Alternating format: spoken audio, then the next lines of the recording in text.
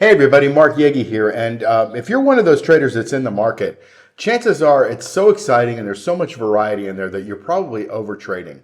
And it's a tough thing to pull your mind back. But if you sit with me, I'm just going to make a quick little video just as a reminder that you shouldn't be over trading because it really does cost you long term. We're going to talk about how it kind of creeps into your psyche, the mental and financial costs of micromanaging the trades. Remember, over the long term, if you squint, you could see in lower left, upper right if you're in the right stock. Why emotional capital matters as much as financial capital. And this is such a big thing is how much emotion is tied to money. We'll talk about that in a second here. Anyway, symptoms of overtrading are checking your positions obsessively throughout the day. You know who you are if you're doing that.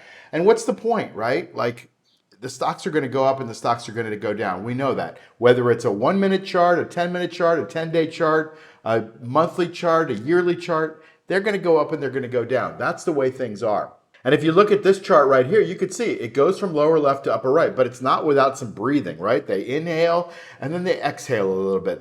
They drive people crazy by making you get FOMO that you missed out, and then you buy it and then they take it away from you, right? So it kind of goes back and forth.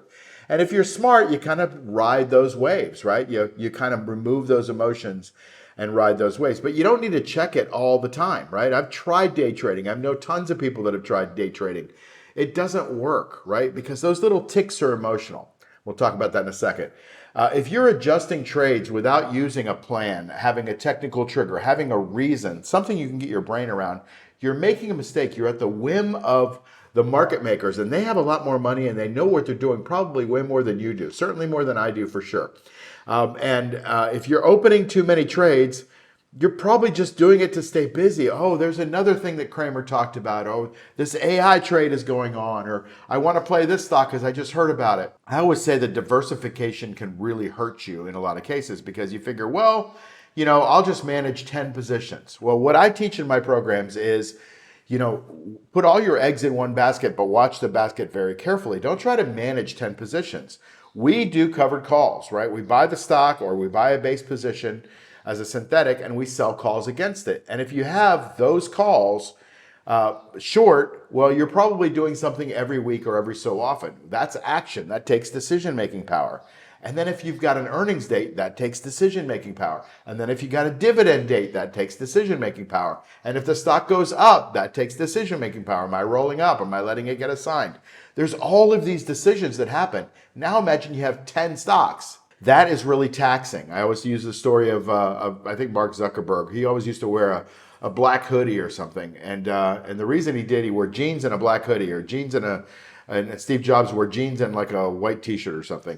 And the reason they did that is because they got out of the morning and they didn't have to make decisions on what they were wearing. It was the same thing that they wore every day so they could focus on other things. So don't be adjusting and tweaking and micromanaging, and don't be just trying to stay busy. I always teach that the best systems are the most boring systems. And so we do covered calls. We buy a stock, we sell a call against it, and it's boring. And I see the temptation all the time in my students to go, well, let's add another stock because we're all talking about it, right? So don't do that. Don't get sucked in. Have a plan and stick to your plan. And then, FOMO is such a big thing. You don't want to miss out on that next big stock, right? Lately, the stock has been SanDisk or Micron or Intel. Maybe you caught it, and we talk about some of the ones that you try to catch. But if you feel like you're trying to catch it, the market makers see you coming, right? They're like, okay, here comes everybody that's got FOMO. Let's sell it to them, and then we'll drive it down, scare them out of it, and we'll buy it back cheaper. That's what's going to happen in a lot of these stocks that are bubblicious right now. Let's talk about the cost of overmanagement. First of all, when you have something, especially if it's slightly illiquid, like right now I'm in a gold trade, and the gold trade you would think it has a lot of liquidity in it, and it does, but the spreads are fairly wide, and there's not as much trading in the GLD ETF as you would think. There is lots of slippage, and if you trade too much, that slippage is the difference between the bid and the ask. It's the illiquidity premium, right? And so if you have a 60-cent illiquidity premium, you're probably going to get filled somewhere in the middle. Let's say you get 30 cents of that. Well, you're going to lose 30 cents of that. And then when you go buy it, you're going to buy back in, you're going to lose another 30 cents of that. So you're losing 60 cents. Now on 100 shares, that's not cheap, right? That's 60 bucks? And if you do 1,000 shares, that's $600. So that's just the slippage. There's some commissions in there that are pretty small usually now as well.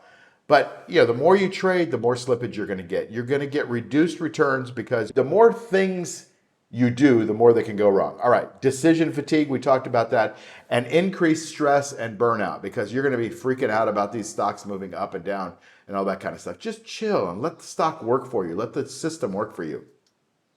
Emotional capital is, trading is 90% mindset. Mindset is tied to emotion because emotion is tied to money. Money is stored value. We worked really hard for that.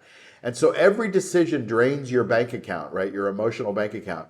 Confidence erodes when you get too much market noise. You buy a stock and then all of a sudden you hear somebody shorting it. And you're like, oh, they're pretty smart. Maybe I should short it. So you get out and you short it, or you get out, period. Listen, you know more than most of these people. And then staying consistent and disciplined does preserve your energy. So that boredom, you want to bore yourself to wealth. You're not going to overtrade your way to wealth. You've got to build a system. I teach a system about covered calls, and it's a framework. It works, right? You buy the stock, you sell the call, you target 1% to 2% a week, and the juice always comes in, regardless if the stock goes up, down, or sideways. That's our edge. It's a probabilities-based system. I don't guarantee that anybody's going to make money. I can't. Right? I have no clue if the stock's going up, down, or sideways. But I do try to increase the probabilities by teaching a system. And so you've got to use some kind of system, whatever it is. Focus on time premium and setups, not on market opinions. Forget about whether the Kramer's opinion is right or wrong. Like you've done a little bit of research, you understand the system that you're trading.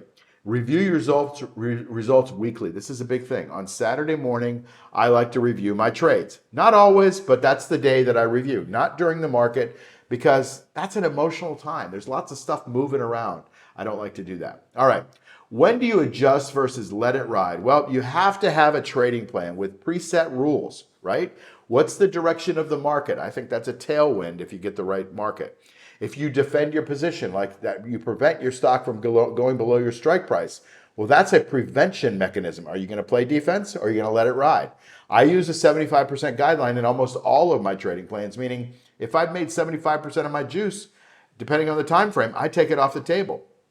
When do I roll up? When do I roll down? When do I get out and have a circuit breaker and say, you know what, I was wrong. Let me move to the next trade, because we're going to be wrong. If we're in the market, we're going to be wrong a lot. And we might as well get used to that and admit it soon. Kill the monster while it's small, right? And let theta, or time decay, work in your favor. That's the juice. And that's how we collect the juice, is using that theta to work in our favor. Basically, you have to prepare every single week, but you don't need to prepare to be in the market and adjusting and calibrating, right? Calibrate at the beginning of the week. Trust the math. Trust that you're going to make the juice if you're doing covered calls. Give yourself permission to not watch the market all day. Check it once or twice, but don't be glued to it. And if you have 10 stocks, it's awfully hard not to be glued to it. Anyway, this was, I hope, a reminder for you to not be attached to the market. You are not the market. Your identity is not the market. And remember some of these rules that I just laid out as a reminder. Like I've mentioned a couple times, I teach a program called the Cashflow Machine. We have a course called the Elite Course. I'll probably throw a little commercial here at the end. If you're interested in that, then you can find out some more. But if not, just keep learning, keep growing, keep focusing on the market, and focus on your trading plan especially, and you'll be a lot better off. Take care. Let me ask you something. Are you tired of losing money in the stock market? Are you tired of watching your portfolio go nowhere while the markets swing up and down? Or maybe you handed your hard-earned money to a financial advisor, hoping they'd help you grow it, only to be disappointed by high fees and underwhelming returns? I get it. I've seen it all. And that's exactly why I created the Cashflow Machine Elite course, to put the power back in your hands. This isn't just a theory. This is real, in-depth training on how to generate consistent weekly income from your existing portfolio using covered calls, just like the ones you see in my videos, but at a whole other level. Every week, you could be generating hundreds or even thousands of dollars in premium income, enough to easily pay for this course in a matter of weeks. And more importantly, enough to build a life where your money works for you and not the other way around. Let's be clear, this course isn't for everyone. It's not for people looking to get lucky.